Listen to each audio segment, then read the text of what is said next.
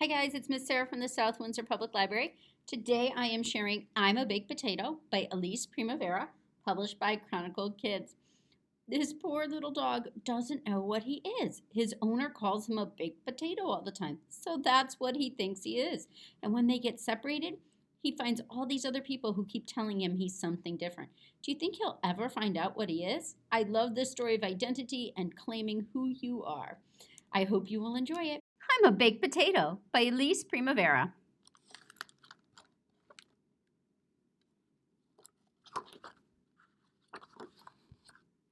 There was a lady who loved baked potatoes. She ate one every day. She even had a potato garden in her backyard because she hated to run out. The lady also loved dogs, and so one day she went and got one. She chose him because he seemed to fit so nicely in her arms. "You remind me of something," she said to the dog. "What could it be?" The dog was smooth. The dog was warm. She could have eaten him right up. "That's exactly it," she exclaimed. "You're just like a baked potato." And that was what she told him first, that thing every morning. "You're my little baked potato." Throughout the day, she called for him. "Here, baked potato," or commanded, "Roll over, baked potato," and so on. The lady was an excellent pet owner. She and the dog ate all their meals together by the fire. She let him sleep under the covers. She loved the dog even more than she loved baked potatoes. Then one day the lady went out. The dog went out too. "Where's the lady?" he wondered. He walked down the driveway. He looked everywhere for her. He walked farther and farther. Where was the lady? He came to a small house. A big dog ran to him and barked nastily. "Who are you?" he snarled. "I'm a baked potato," the dog replied. "You look more like a groundhog to me. Go away before I bite you." The dog had never heard such yelling. "Do you know where the lady is?" But the big dog just shouted, "Scram!"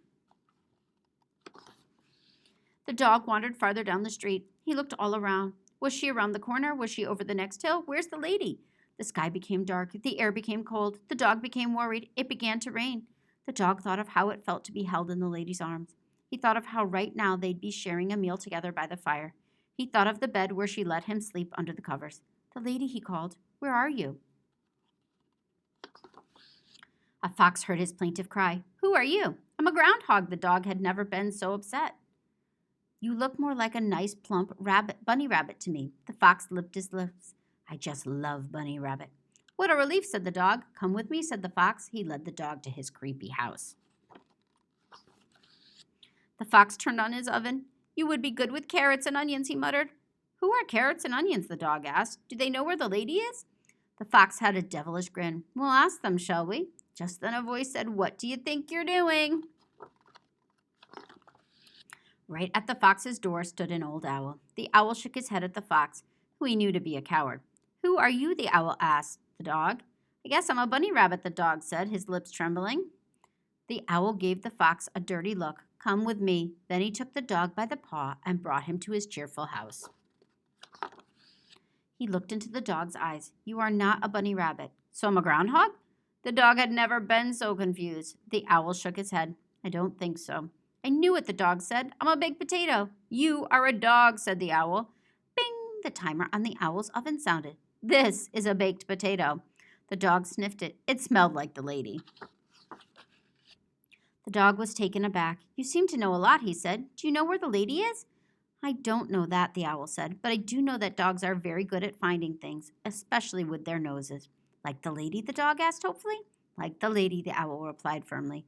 Outside, the dog took the owl's advice. He sniffed and smelled the lady. The smell wafted on the breeze. He followed it away from the cheerful house, past the creepy house, and past the small house, then around the corner and down the street.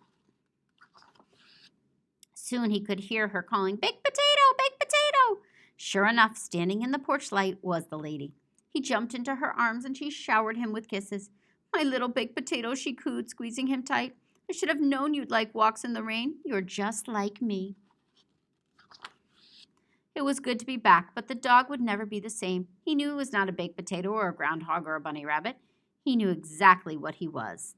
"I'm just like me." You have been listening to I'm a Baked Potato by Elise Primavera.